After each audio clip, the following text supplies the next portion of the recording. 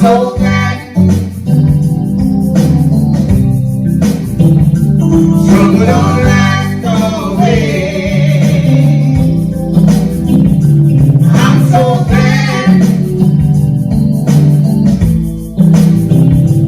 trouble don't last always. It may not come when you want it, but it's on time, on time. In times of trouble, I find him to be a friend of mine, of mine. Sometimes they rise in your life, and I know he'll be there, yes he will. He will. Every one of your burdens, I know the Lord will help you to bear. To bear. I'm so glad trouble don't last always. I'm so glad trouble don't last always. It may not come when you want it, but it's on time, on time. In times of trouble, I found him to be a friend of mine, of mine. Storm clouds may rise in your life, but I know he'll be there. Be there. All of your burdens, I know the Lord will help you to bear. To bear. I'm so glad. Yes, I am. Yes, I am. Trouble don't last always. I'm so glad. Trouble don't last always.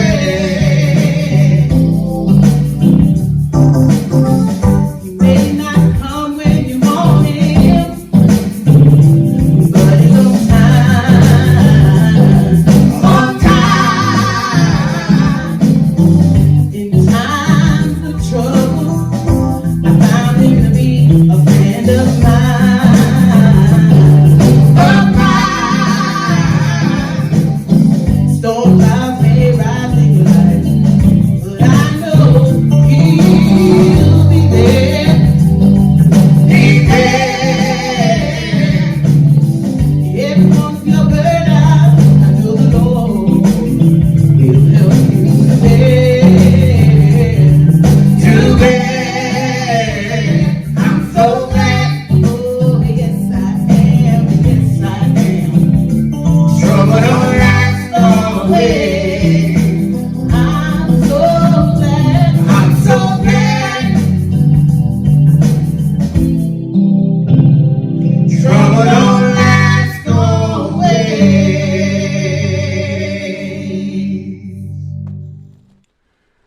And a pleasant good Sunday morning to you. Thanks for allowing us to be a part of your morning, and thank you for inviting us to your home on this snowy Sunday morning. I'm so glad winter don't last always, but honestly, it's good to see snow. You see, I'm from the old school.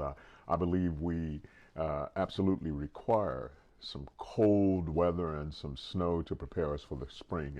It kills off some of the viruses and bugs that are lingering around. That's why, after one of those warm winters, you find a great influx of mosquitoes and things like that, because over the course of the winter months, didn't get cold enough to kill them off. You don't have to drive today.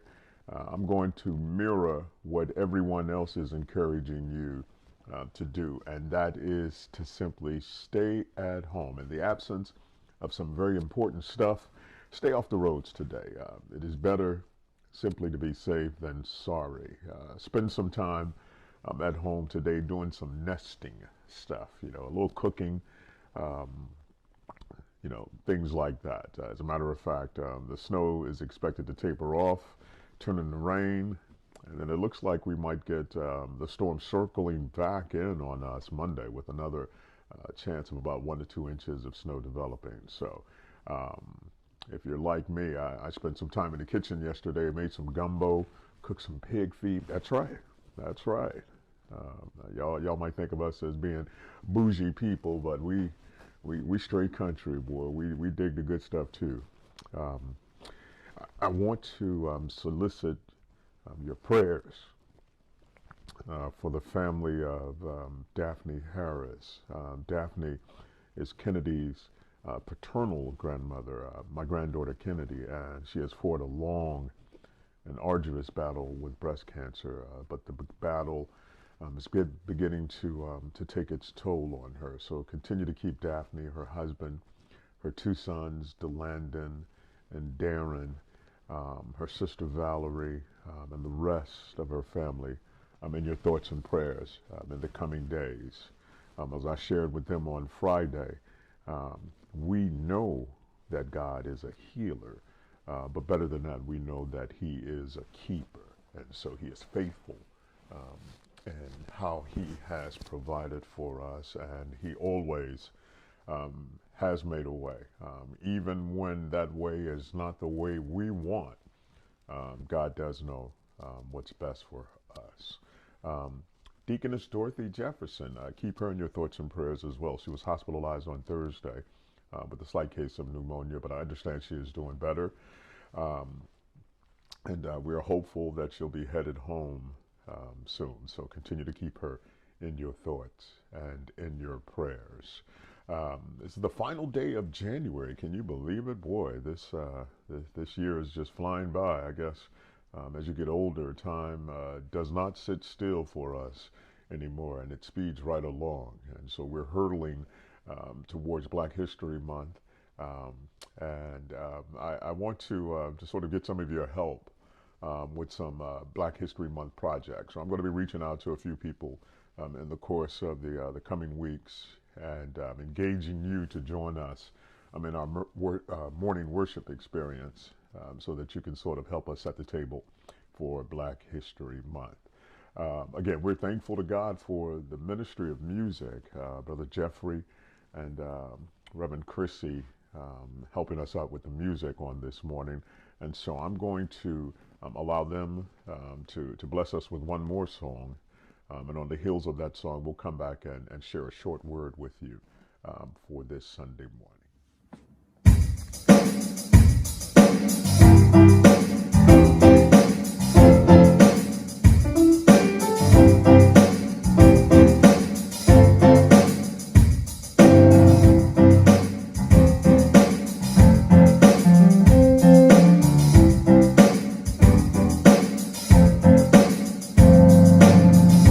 Lord, I lift your name on high.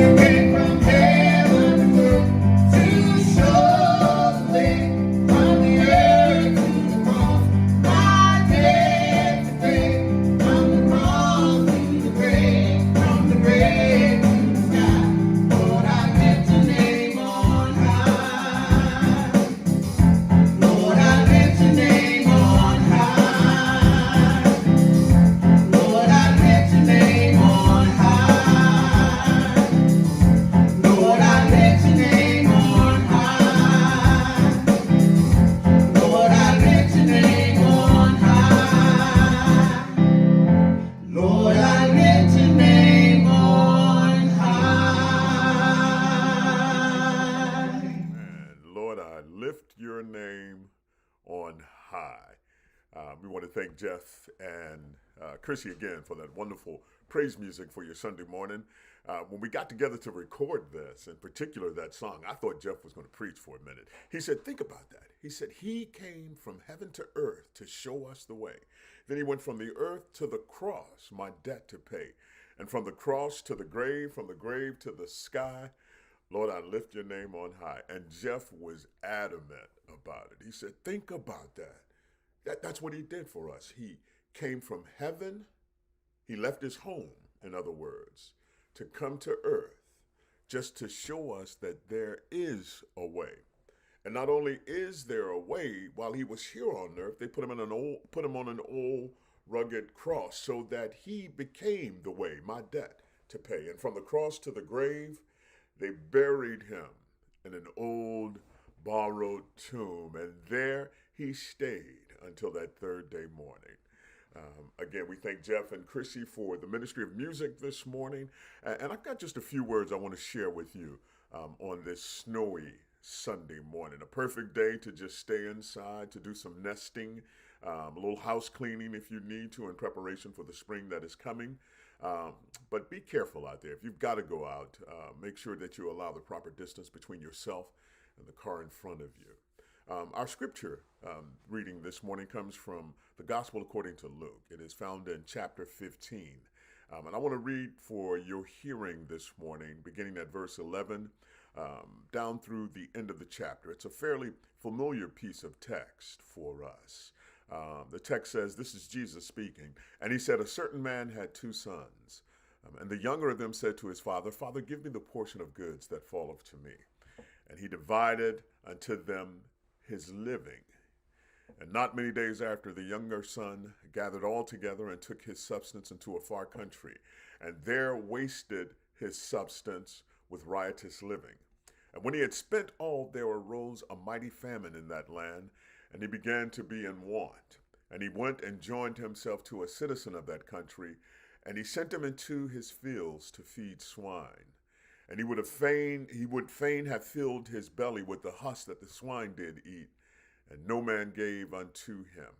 And when he came to himself, he said, how many hired servants of my father's have bread enough and to spare, and here I perish with hunger? I will arise and go to my father, and will say unto him, Father, I have sinned against heaven and before thee, and I am no more worthy to be called thy son. Make me as one of thy hired servants. And he arose and came to his father. But when he was yet a great way off, his father saw him and had compassion and ran and fell on his neck and kissed him. And the son said unto him, Father, I have sinned against heaven and in thy sight, and am no more worthy to be called thy son. But the father said to his servants, bring forth the best robe and put it on him, and put a ring on his hand and shoes on his feet. And bring hither the fatted calf, and kill it, and let us eat and be merry. For this my son was dead, and is alive again. He was lost, and is found. And they began to be merry. And now his older son was in the field. And as he came and drew nigh to the house, he heard music and dancing. And he called one of the servants, and asked what these things meant. And he said unto him, Thy brother is come, and thy father hath killed the fatted calf, because he hath received him safe and sound. And he was angry and would not go in. And therefore his father came out and entreated him. And he answering said to his father, Lo, these many years do I serve thee. Neither transgressed I at any time thy commandment. And yet thou never gavest me a kid, that I might make merry with my friends. But as soon as this thy son was come, which have devoured thy living with harlots, thou hast killed for him the fatted calf. And he said unto him, Son, thou art ever with me, and all that I have is thine.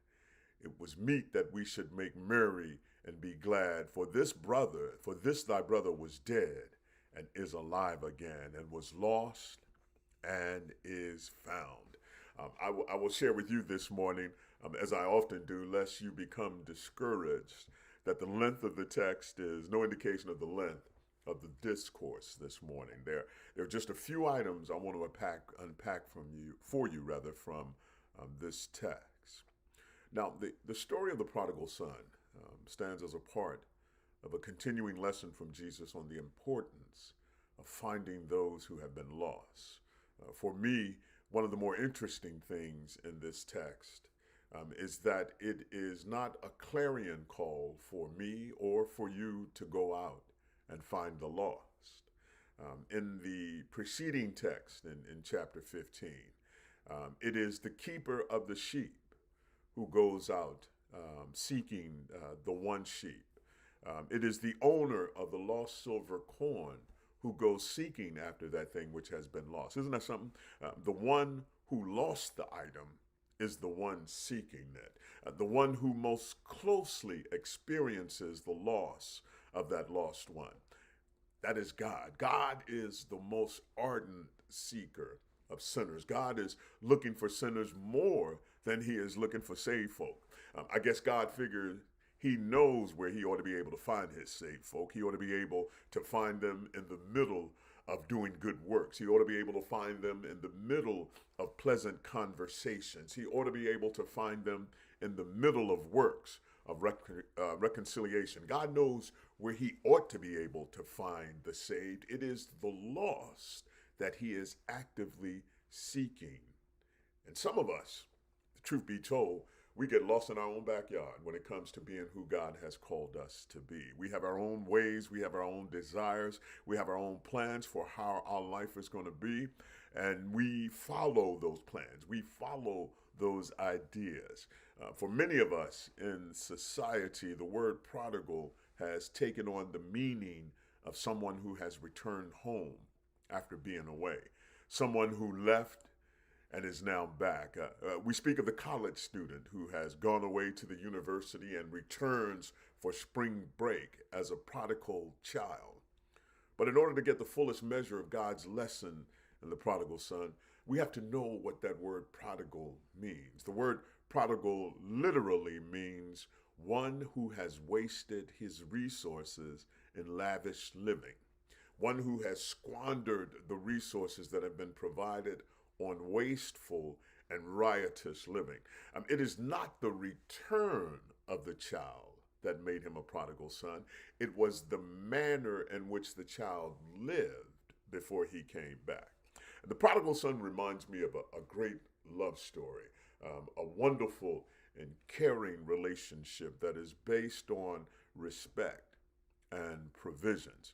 And I want to take apart for you, if you will, this love story. The first chapter in the love story is about the relationship that existed between the son and the father. The father had made all of the provisions for the son. The father provided a way of making a living. He provided shelter. He provided a roof over his son's head. And there came a point where the son decided that this wasn't enough. We'll call this point in the relationship the breakup.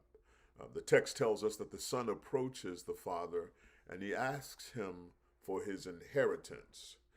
He asks for his inheritance. And you have to understand that the inheritance that this son was asking for was what the father had created as a result of all that he had done.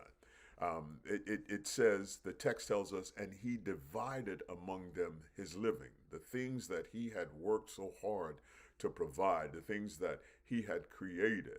And so he did facilitate the son's requested breakup. The son had decided that there were some things in the world he would rather do, some places in the world he would rather go, and some people in the world he would rather see. And the son no longer wanted to be under this father's authority. There is almost in Middle Eastern culture, in order to receive your inheritance, an inheritance has to come from someone who has died. You can't receive the inheritance while the individual is still living. And in order to affect receiving it, you've got to almost declare to yourself that that person is dead, that the person from whom you will receive this inheritance. As a matter of fact, what you're saying to them is that you have more value to me if you're dead than you are alive. And this breakup sort of, if you think about it, mirrors the breakup that occurred between man and God. God was the great provider. God was the source. God provided everything we needed. We didn't have to work for a living. The land worked for us. Things grew on their own. And God gave us one specific instruction. He gave it to Adam and Eve, and he said, don't eat of the fruit of the tree in the middle of the garden. Adam and Eve decided that there were some things they wanted to see. Adam and Eve decided that there were some places they wanted to go that God had not really prescribed for them. They decided that they no longer wanted to be under the authority of God. And so they facilitated, if you will, a breakup by their disobedience. And sometimes we engage ourselves in the same thing. We decide that the rules that have been established are rules that we don't want to follow, that the relationship is not meeting the particular needs we've defined for ourselves. Now, I'm not talking about a physical relationship. I'm not talking about the natural relationships that we establish, but this spiritual relationship with God provides us with everything we need. There is no abuse in the relationship that exists between us and God. You can find abuse, you can find a lack of things that you need in our physical relationships with one another. But with God, He is the giver and maker of every perfect, good and perfect gift that comes. So there is this breakup that occurs between the Father and the Son. The Son has wasted everything on this riotous living we've talked about. And the Son has what I would like to call, after the breakup, a period that facilitates a wake up.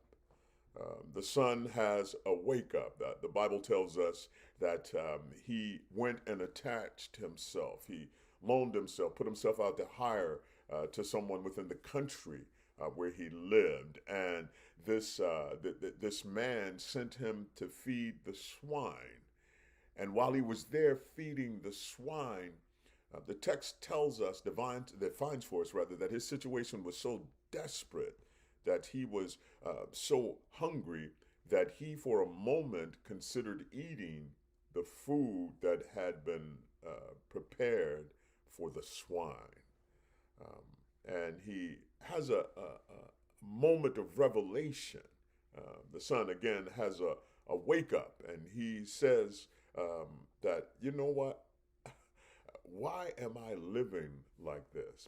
My father has cattle on 1,000 hills. My father's servants don't lack for food. And here I am, finding myself in the middle of this foreign country, ready to eat what the swine eat. And so he has a moment of awakening. He has a wake up, if you will. And if you think about what has happened within your life, there was a period where you were content with what life was presenting to you. You were content with the way you were experiencing life. You were content with the lack of relationship with God. You were content with all of those things. And there came a period of awakening for you when you woke up. Some of us call it getting sick and tired of being sick and tired. I don't know what the situation was for you. I don't know how it occurred. See, that's the good thing about God. God meets each of us individually. He doesn't gather us up as a herd to save us, but He comes from heaven to earth to show us the way, from the earth to the cross, our debt to pay, from the cross to the grave, from the grave to the sky. God meets us in that individual context. I recall I was talking with a young lady one day, and it was an enlightening conversation for me. She had expressed her disappointment in the church. She expressed the fact that the church had been so condemning and judgmental about her and the things that she did that she just decided, you know what, I'm not going to have anything to do with the church or the people of the church. That's something for you to think about right there. that the very ones that God is looking for, those who have gone out there and gotten themselves lost, are not coming back to the place that God Himself has set up for them to return to, simply because we are so judgmental. And what I explained to her was, look, sweetheart, I'm going to tell you this. I don't know if anybody else will ever tell you this, but to heck with what church people think. If you're dealing with people that are that judgmental, then they probably ain't church people anyway. But what you have to understand is that God judges you on your individual merits. That God has that God doesn't hand out a test like the biology teacher does, and that all of us should have acquired this amount of knowledge. And in order to get an A, you have to know just as much as Sally, who sits next to you, so that she gets an A as well. But God has an individual test for each of us, and that test is rooted in His in-depth knowledge of us. And so when we get to that point where we have that wake up, when we get to that point after the breakup and we have the wake up, we learn that God hasn't judged us like He judged everyone else, but He judges us according to the individual merits He has established for us. The good news is that if you've had the breakup and you've had the wake up, there is yet time for the makeup. Lord have mercy. The text describes for us that this young man decides that he is going to just cast himself at his father's feet. That he is going to go back home because his father's servants are better off than he is in his own independence. And so he is going to hire himself out to his father as a servant. And so the text describes for us that the son makes this journey home, and that while he was yet on his way home, can you imagine him? He's probably practicing what he's going to say. And he's still trying to control the narrative. If you think about it, he is going to tell his father now what to do. He is going to tell his father that, look, I've sinned against you and I've sinned against God. And so as a result of that, I'm just going to let you hire me as one of your servants. You just take care of me in that way and everything will be fine.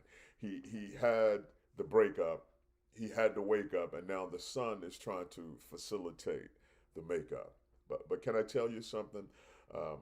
You can try as hard as you want to establish the rules of the makeup, but the person against whom you have the offense is really in the driver's seat when it comes to the makeup.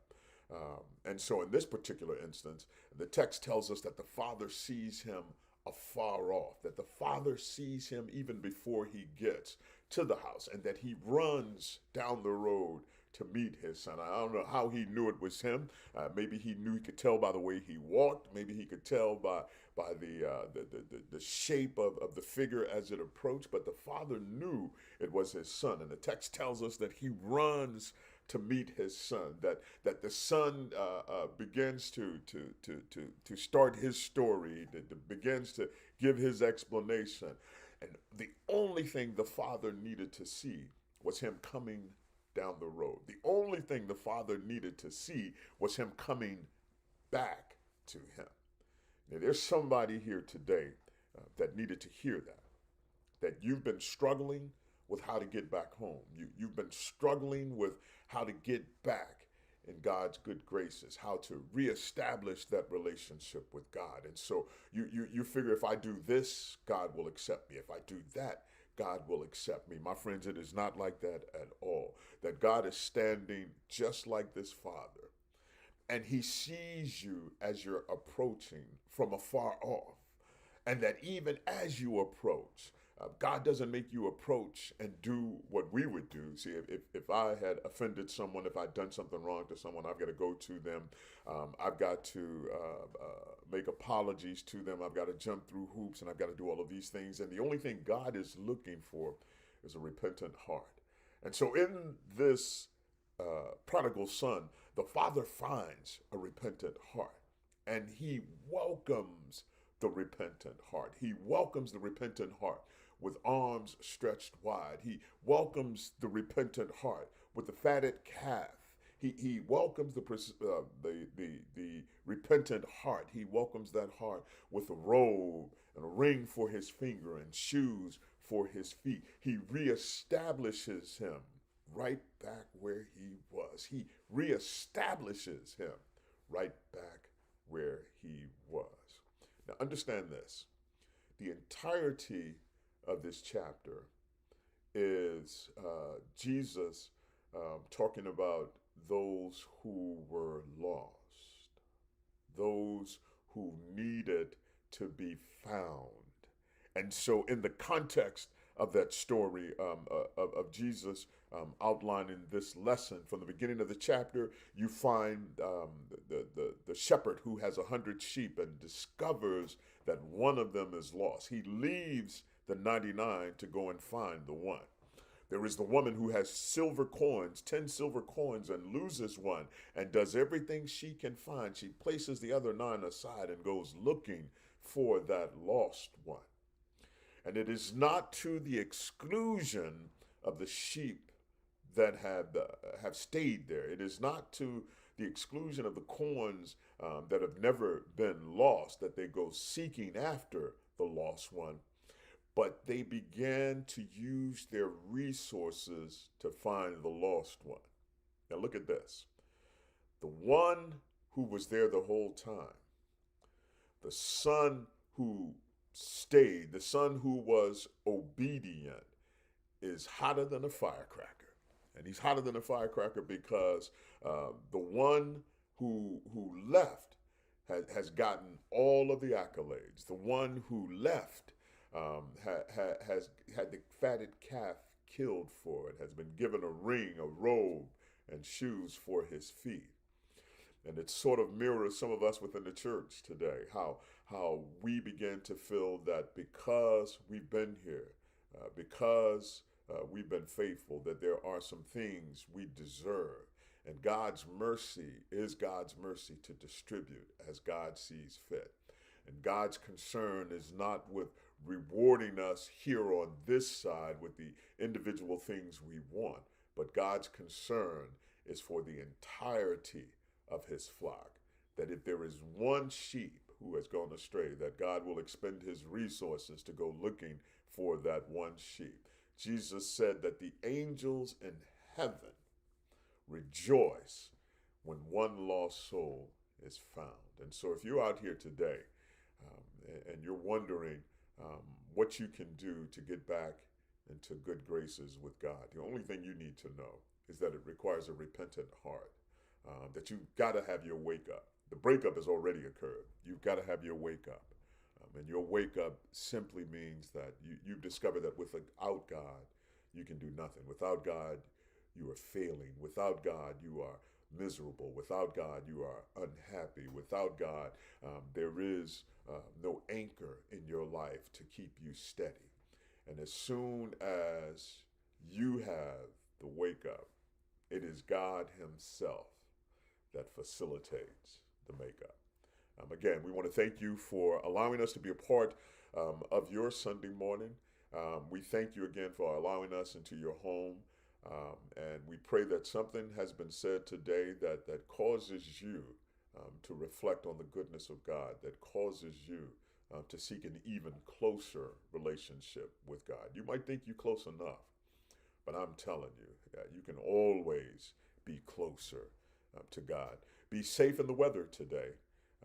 God is our keeper. God is our protector. God is our shade on our right hand. But God has also given us a grain of common sense. And so use that common sense today. And if you can, stay off the road, stay at home, do some cooking, look at some TV, or you can spend some time in your Bible.